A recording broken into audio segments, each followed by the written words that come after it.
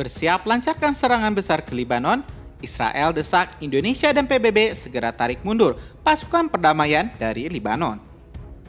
Pasukan Pertahanan Israel, IDF, merencanakan serangan besar-besaran untuk melenyapkan Hizbullah dan melumpuhkan kemampuan tempurnya. Sebelum rencana agresi darat ke Lebanon ini dijalankan, pemerintah Zionis Yahudi Israel telah meminta kepada PBB untuk segera menarik mundur seluruh pasukan perdamaian UNIFIL di PBB. Israel pun bersikeras jika pasukan perdamaian tak kunjung ditarik, maka pihaknya tidak akan bisa menjamin soal keselamatan dari ribuan pasukan perdamaian dari seluruh dunia tersebut. Indonesia pun tercatat menjadi salah satu penyumbang terbesar pasukan perdamaian PBB di Lebanon, dengan total lebih dari 1.200 pasukan aktif terlatih ditempatkan di sejumlah titik rawan konflik, baik di laut dan di darat. Pasukan Indonesia juga dipercaya memimpin sejumlah operasi penyelamatan dan patroli rutin yang sering dilakukan oleh UNIFIL. Pemerintah Indonesia yang kini dalam kondisi transisi pun mengalami kesulitan dalam menentukan keputusan dengan cepat. Apakah melakukan withdraw atau penarikan mundur secepatnya atau malah menambah kekuatan Indonesia di Lebanon guna bergabung dengan pihak Lebanon dalam melawan agresi Israel tersebut. Dalam pernyataan resminya, IDF menyebut target serangan ke Lebanon telah ditetapkan agar warga di wilayah utara Israel dapat kembali ke rumah dan hidup secara normal. Diketahui, hampir 1/4 juta orang Yahudi mengungsi sejak Hizbullah melancarkan serangan di wilayah utara Israel sebagai hukuman atas apa yang terjadi di Gaza saat ini. Dilansir dari Jerusalem Post, tujuan agar warga Israel dapat kembali tersebut disampaikan oleh Panglima Komandan Utara IDF, Maijen Ori Gordin.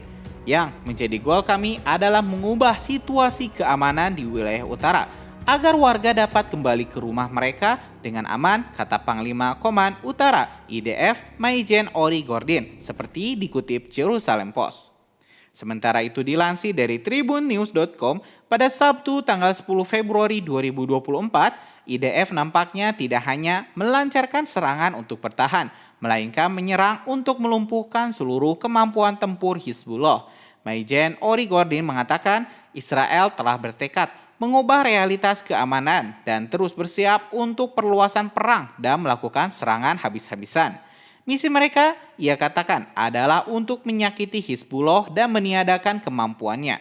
Kami bertekad mengubah realitas keamanan dan terus bersiap untuk perluasan perang dan melakukan serangan. Misi kami menyakiti Hizbullah dan meniadakan kemampuannya, lanjut dia. Ucapan Gordin tersebut bisa jadi syarat bahwa bakal ada serangan dalam skala besar ke Lebanon. Karenanya, tak menutup kemungkinan Lebanon menjadi Gaza kedua. Oleh karena itu, kehadiran pasukan perdamaian PBB di Lebanon akan menjadi batu ganjalan bagi keleluasaan Israel dalam menjalankan operasi militernya.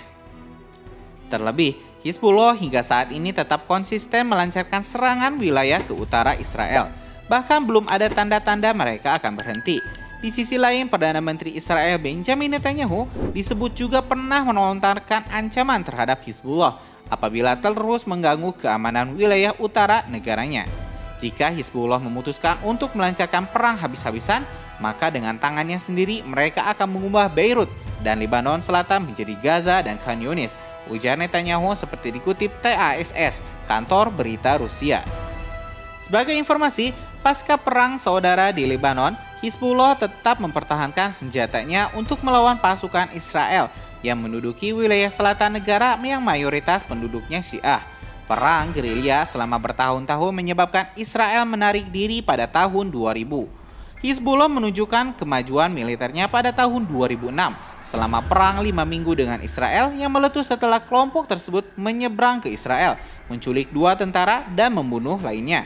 Hizbullah menembakkan ribuan roket ke Israel selama konflik tersebut yang menggugurkan 1.200 orang di Lebanon, sebagian besar warga sipil, dan 158 warga Israel gugur, sebagian besar adalah tentara.